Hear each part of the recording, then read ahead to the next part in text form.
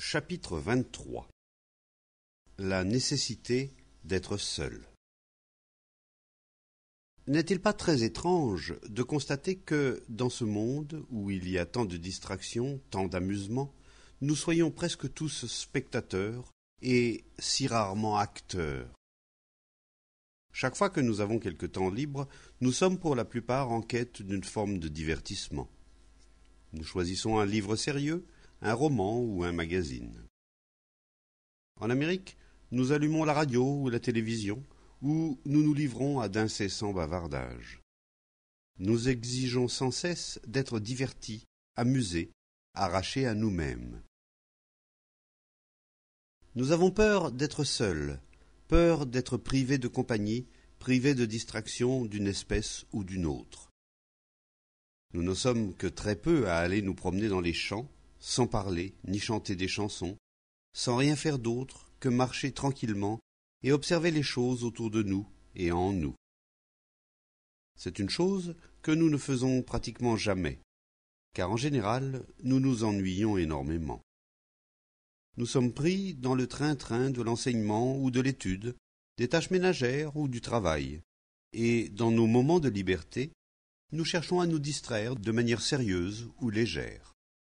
Nous lisons ou nous allons au cinéma, ou nous nous tournons vers la religion, ce qui revient strictement au même. La religion est devenue, elle aussi, une forme de distraction, une façon d'échapper à l'ennui, à la routine. J'ignore si vous avez remarqué tout cela. La plupart des gens sont constamment occupés, à effectuer leur puja rituel, à répéter certains mots, à s'inquiéter de ceci ou de cela, parce qu'ils ont peur de se retrouver seuls face à eux-mêmes. Essayez donc de rester seul, sans aucune forme de distraction, et vous verrez que, très vite, vous avez envie de vous éloigner de vous-même et d'oublier ce que vous êtes. Cela explique l'importance majeure comprise dans ce que nous appelons la civilisation, ces énormes structures spécialisées dans le divertissement professionnel, la distraction standardisée. Si vous êtes observateur, vous remarquerez que de plus en plus de gens dans le monde deviennent de plus en plus distraits, de plus en plus sophistiqués et matérialistes. La multiplication des plaisirs, la publication d'innombrables ouvrages, les journaux et leurs pleines pages d'événements sportifs, tout cela est la preuve évidente que nous voulons être constamment divertis. Parce que, intérieurement, nous sommes vides, ternes, médiocres. Nous utilisons nos relations et nos réformes sociales comme moyen d'échapper à nous-mêmes. Avez-vous jamais remarqué à quel point la plupart des gens sont seuls? Et, pour échapper à la solitude, nous courons au temple, à l'église, à la mosquée. Nous nous habillons, nous prenons part à des mondanités, nous regardons la télévision, nous écoutons la radio, nous lisons, et ainsi de suite. La solitude, savez-vous ce que c'est? Pour certains d'entre vous, le terme n'est peut-être pas très familier, mais le sentiment, lui, vous le connaissez très bien. Essayez d'aller vous promener tout seul, ou de rester sans rien à lire, sans personne à qui parler, et vous verrez comme l'ennui vient vite. C'est un sentiment qui vous est familier, mais vous ne savez pas pourquoi vous vous ennuyez. Vous n'avez jamais cherché à le savoir. Si vous explorez un peu la question, vous verrez que la cause de l'ennui n'est autre que la solitude. C'est pour échapper à la solitude que nous voulons être ensemble, être divertis, avoir des distractions en tout genre. Gourou, cérémonies religieuses, prières ou le dernier roman paru. Étant intérieurement seuls, nous devenons de simples spectateurs de la vie. Et nous ne pouvons devenir acteurs que si nous comprenons la solitude et la dépassons. En définitive, la plupart des gens se marient et sont en quête d'autres relations sociales parce qu'ils ne savent pas vivre seuls. Non qu'il faille obligatoirement vivre seul, mais si vous vous mariez parce que vous voulez être aimé, ou si vous vous ennuyez et que votre travail est pour vous un moyen de vous oublier, vous vous apercevrez alors que toute votre vie n'est qu'une quête de distraction sans fin. Très peu réussissent à transcender cette formidable peur de la solitude. Pourtant, il le faut, car le véritable trésor se trouve au-delà. Il y a une immense différence entre le sentiment de solitude et la solitude en tant que fait. Certains des plus jeunes élèves ignorent peut-être encore le sentiment de solitude, mais les personnes plus âgées le connaissent, ce sentiment, d'être complètement coupé de tout ou d'avoir peur, soudain, sans cause apparente. L'esprit connaît cette peur lorsque, l'espace d'un instant, il se rend compte qu'il ne peut compter sur rien, qu'aucune distraction ne peut lui ôter cette sensation de vide qui vous enferme en vous-même. C'est cela, le sentiment de solitude. Mais la solitude assumée est tout autre chose. C'est un état de liberté qui naît lorsqu'on a traversé le sentiment de solitude et qu'on le comprend. Dans cet état de solitude assumée, vous ne comptez plus sur personne au plan psychologique. Vous n'êtes plus en quête de plaisir, de réconfort ou de gratification. C'est seulement alors que l'esprit est complètement seul, et nul autre que cet esprit-là n'est créatif. Faire face aux affres de la solitude, à cet extraordinaire sentiment de vacuité que nous connaissons tous, et, quand il survient, ne pas avoir peur, ne pas allumer la radio, ni se noyer dans le travail ou courir au cinéma, mais regarder la solitude en face, l'explorer, la comprendre. Tout cela fait partie de l'éducation. Aucun être humain n'a jamais échappé, ni n'échappera jamais à cette angoisse qui fait frémir. C'est parce que nous essayons de la fuir au travers des distractions et des gratifications de toutes sortes, le sexe, Dieu, le travail, l'alcool, l'écriture poétique ou la répétition de certains mots appris par cœur, que nous ne comprenons jamais cette angoisse lorsqu'elle s'abat sur nous. Alors, quand la douleur de la solitude vous assaille, affrontez-la, sans songer le moins du monde à la fuir. Si vous fuyez, jamais vous ne la comprendrez, et elle sera toujours là à vous attendre au tournant. Alors que si vous comprenez la solitude et allez au-delà, vous vous apercevrez que vous n'avez plus besoin de fuir, plus besoin d'être gratifié ni diverti, car votre esprit connaîtra une richesse que rien ne saurait corrompre ni détruire. Tout ceci fait partie de l'éducation. Si à l'école vous ne faites qu'étudier dans le but de réussir aux examens, l'étude elle-même devient un moyen de fuir la solitude. Réfléchissez-y un peu et vous verrez. Parlez-en avec vos éducateurs et vous découvrirez très vite à quel point ils sont seuls et à quel point vous l'êtes aussi. Mais ceux qui savent être intérieurement seuls, ceux dont l'esprit et le cœur sont libérés de la douleur de la solitude, ceux-là sont de véritables personnes, car ils sont capables de découvrir par eux-mêmes ce qu'est la réalité. Ils sont en mesure de recevoir cette chose qui est éternelle. Question. Quelle différence y a-t-il entre conscience et sensibilité ?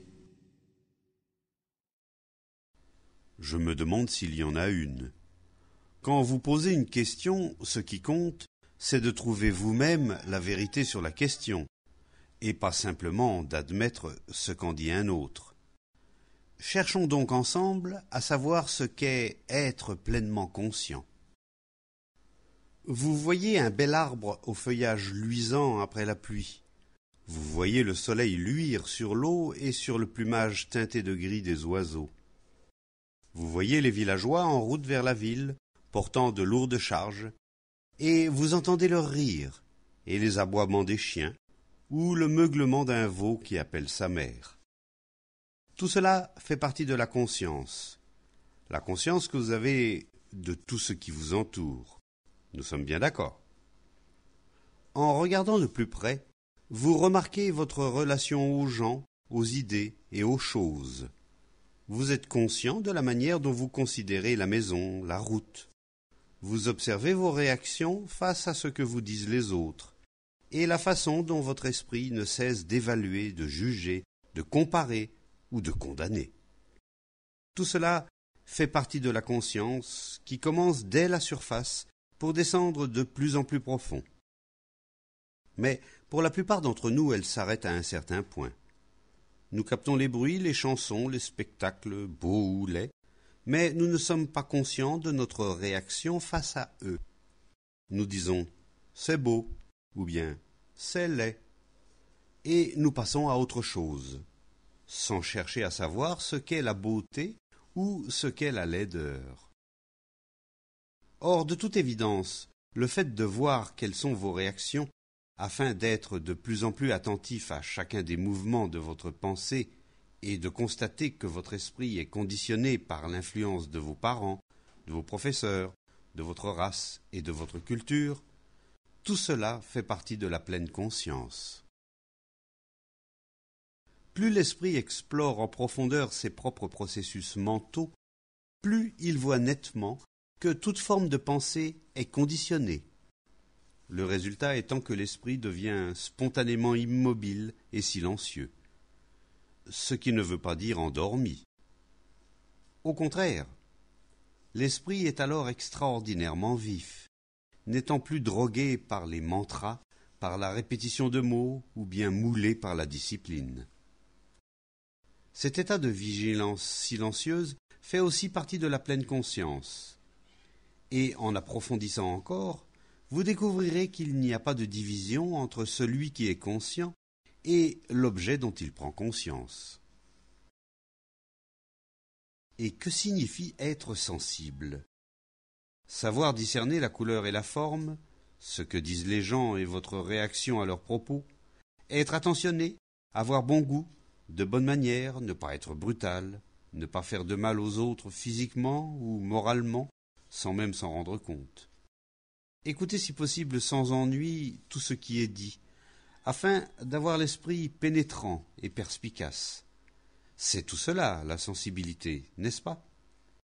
Y a-t-il donc une telle différence entre la sensibilité et la conscience? Je ne le pense pas. Tant que votre esprit ne cesse de condamner, de juger, de se forger des opinions, de tirer des conclusions, il n'est ni conscient, ni sensible. Quand vous êtes grossier envers les autres, quand vous cueillez des fleurs pour les jeter ensuite, quand vous maltraitez les animaux, quand vous gravez votre nom au canif sur les meubles, sur les arbres, ou que vous cassez le pied d'une chaise, quand vous n'êtes pas ponctuel au repas et que vous avez de mauvaises manières en général, tout cela indique un manque de sensibilité. Ne croyez-vous pas? C'est le signe d'un esprit incapable d'adaptation vigilante. Et c'est sans nul doute un des rôles de l'éducation que d'aider l'élève à être sensible, de sorte qu'il ne se contente pas de se conformer ou de résister, mais qu'il soit attentif au mouvement global de la vie. Les gens sensibles souffrent peut-être plus que ceux qui sont insensibles, mais s'ils comprennent et vont au-delà de leur souffrance, ils découvriront des choses extraordinaires.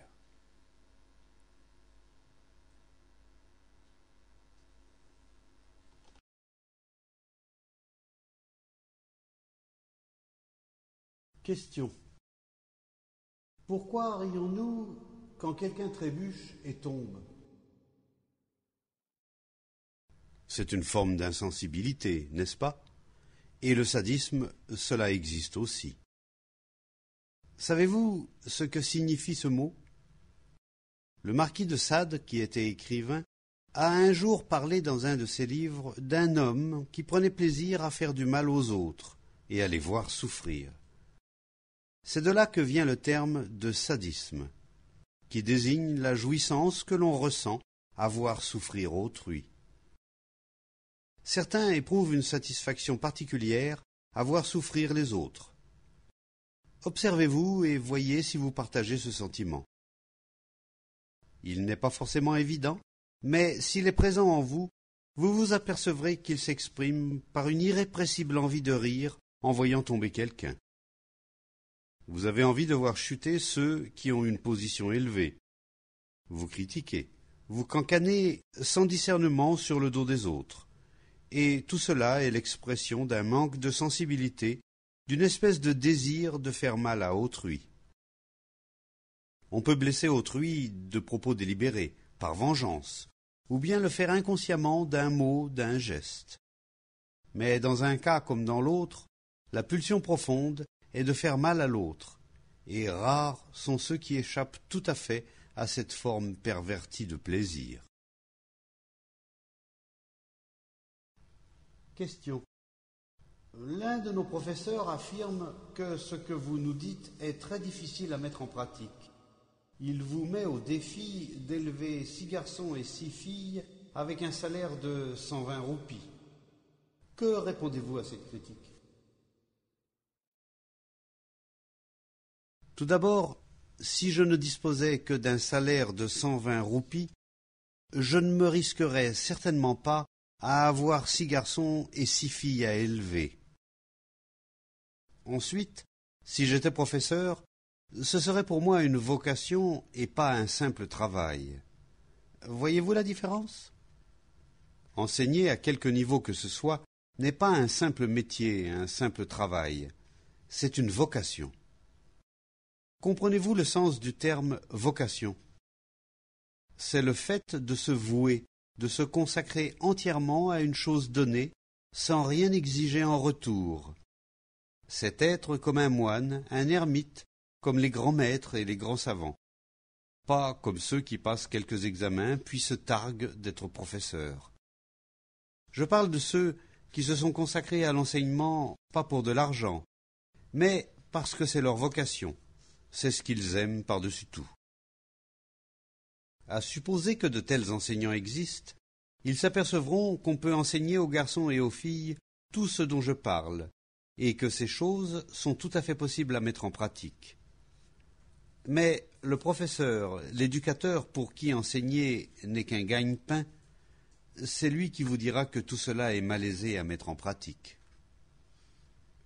Qu'est-ce qu'il est, en définitive? Réfléchissez-y. Notre mode de vie actuel, notre mode d'enseignement, le mode de fonctionnement de nos gouvernements, avec leur corruption et leurs guerres incessantes, selon vous, c'est cela qui est facile à mettre en pratique? Faut-il pratiquer l'ambition, l'avidité? Une société fondée sur l'avidité et l'ambition porte toujours en elle le spectre de la guerre, du conflit, de la souffrance. Faut-il les mettre en pratique? Bien sûr que non. Et c'est ce que j'essaie de vous dire au cours de ces causeries. L'amour est la chose au monde la plus aisée à mettre en pratique. Aimer, être bon, ne pas être avide ni ambitieux, ne pas se laisser influencer, mais penser par soi-même, toutes ces choses relèvent du sens pratique et susciteront une société heureuse, pleine de bon sens. Mais le professeur qui n'est pas dévoué, qui n'aime pas, qui fait étalage de ses diplômes, mais n'est qu'un simple pourvoyeur d'informations glanées dans des livres, lui vous dira que tout cela n'est pas aisé à mettre en pratique, parce qu'il n'y a pas vraiment réfléchi. Aimer, c'est avoir beaucoup plus de sens pratique que ce système éducatif stupide qui fabrique des citoyens totalement inaptes à se débrouiller seuls et à réfléchir seuls aux moindres problèmes. Tenez, à propos, cela fait partie de la pleine conscience que de garder son sérieux, tout en notant que certains pouffent là-bas dans le coin. L'ennui avec la plupart des adultes, c'est qu'ils n'ont pas résolu la problématique de leur propre existence, ce qui ne les empêche pas de vous déclarer « Je vais vous dire ce qui est faisable et ce qui ne l'est pas ». L'enseignement est la plus haute vocation qui soit, bien qu'actuellement elle soit la plus méprisée. C'est la plus élevée, la plus noble de toutes. Mais le professeur doit être dévoué corps et âme. Il doit mettre tout son esprit, tout son cœur, tout son être au service de sa mission. Et ce dévouement rend les choses possibles. Question. À quoi sert l'éducation si, en même temps qu'on nous éduque, on est parallèlement détruit par la profusion de luxe du monde moderne? Je crains que vous n'utilisiez des termes erronés. Un certain confort nous est nécessaire, ne croyez-vous pas? Quand on est tranquillement assis dans une pièce, autant qu'elle soit propre et bien rangée. même si elle n'a pour tout mobilier qu'une simple natte. Autant qu'elle est aussi de bonne proportion et des fenêtres de bonne taille. S'il y a un tableau dans la pièce, qu'il représente quelque chose de beau, et s'il y a une fleur dans un vase, qu'elle reflète l'esprit de la personne qui l'a placée là. On a aussi besoin d'une bonne nourriture et d'un endroit tranquille pour dormir. Tout cela fait partie du confort qu'offre le monde moderne. Ce confort détruit-il l'homme soi-disant éduqué? N'est-ce pas plutôt cet homme soi-disant éduqué qui, par son ambition et son avidité, est en train de réduire à néant le confort de base dû à chaque être humain? Dans les pays prospères, l'éducation moderne rend les gens de plus en plus matérialistes, et le luxe, sous toutes ses formes, pervertit l'esprit et le détruit. Et dans les pays pauvres, comme l'Inde, l'éducation ne vous incite pas à créer un type de culture radicalement nouveau. Elle ne vous encourage pas à être un révolutionnaire. Bien sûr, pas un de ceux qui assassinent et qui lancent des bombes, car ceux-là ne sont pas de vrais révolutionnaires. Un vrai révolutionnaire est celui qui est libéré des influences, des idéologies et des implications sociales qui sont l'expression de la volonté collective du plus grand nombre. Et votre éducation ne vous aide pas à devenir un révolutionnaire de cette espèce. Au contraire, elle vous apprend à vous conformer ou simplement à réformer ce qui est déjà en place. C'est donc votre prétendue éducation qui vous détruit, pas le luxe prodigué par le monde moderne. Pourquoi n'auriez-vous pas des voitures et de bonnes routes? Mais en fait, toutes les techniques et les inventions modernes sont utilisées à des fins guerrières ou à des fins de simple amusement, comme un moyen d'échapper à soi-même. C'est ainsi que l'esprit perd le nord au milieu des gadgets. L'éducation moderne, c'est la culture des gadgets, des appareils ou des machines qui vous aident à cuisiner, à nettoyer, à repasser, à calculer et à effectuer diverses autres tâches essentielles afin de vous en libérer l'esprit. Et vous y avez droit. Il ne s'agit pas de vous perdre dans cet univers de gadgets, mais de vous libérer l'esprit pour pouvoir faire des choses tout à fait différentes. Question. J'ai la peau très noire et la plupart des gens admirent les peaux claires. Comment faire pour gagner leur admiration? Je crois qu'il existe des cosmétiques censés éclaircir le teint, mais cela résoudra-t-il votre problème? Vous aurez toujours envie d'être admiré, d'être en vue sur le plan social. Vous serez toujours en quête de prestige, de réussite. Et cette soif d'admiration, cette lutte pour la première place, porte en elle l'aiguillon de la souffrance. Tant que vous aurez envie d'être admiré, d'être important, votre éducation va vous détruire, parce qu'elle vous aidera à devenir quelqu'un dans cette société, et cette société est assez pourrie. C'est sur la base de notre avidité, de notre envie, de notre peur, que nous avons bâti cette société destructrice. Et ce n'est pas en ignorant les faits ou en les qualifiant d'illusoires que nous allons la transformer. Seule une éducation authentique éradiquera l'avidité, la peur, l'instinct de possession, de sorte que l'on puisse bâtir une culture radicalement nouvelle, un monde tout à fait différent. Et cette éducation n'est possible que lorsque l'esprit est réellement désireux de se comprendre et de se libérer de la souffrance.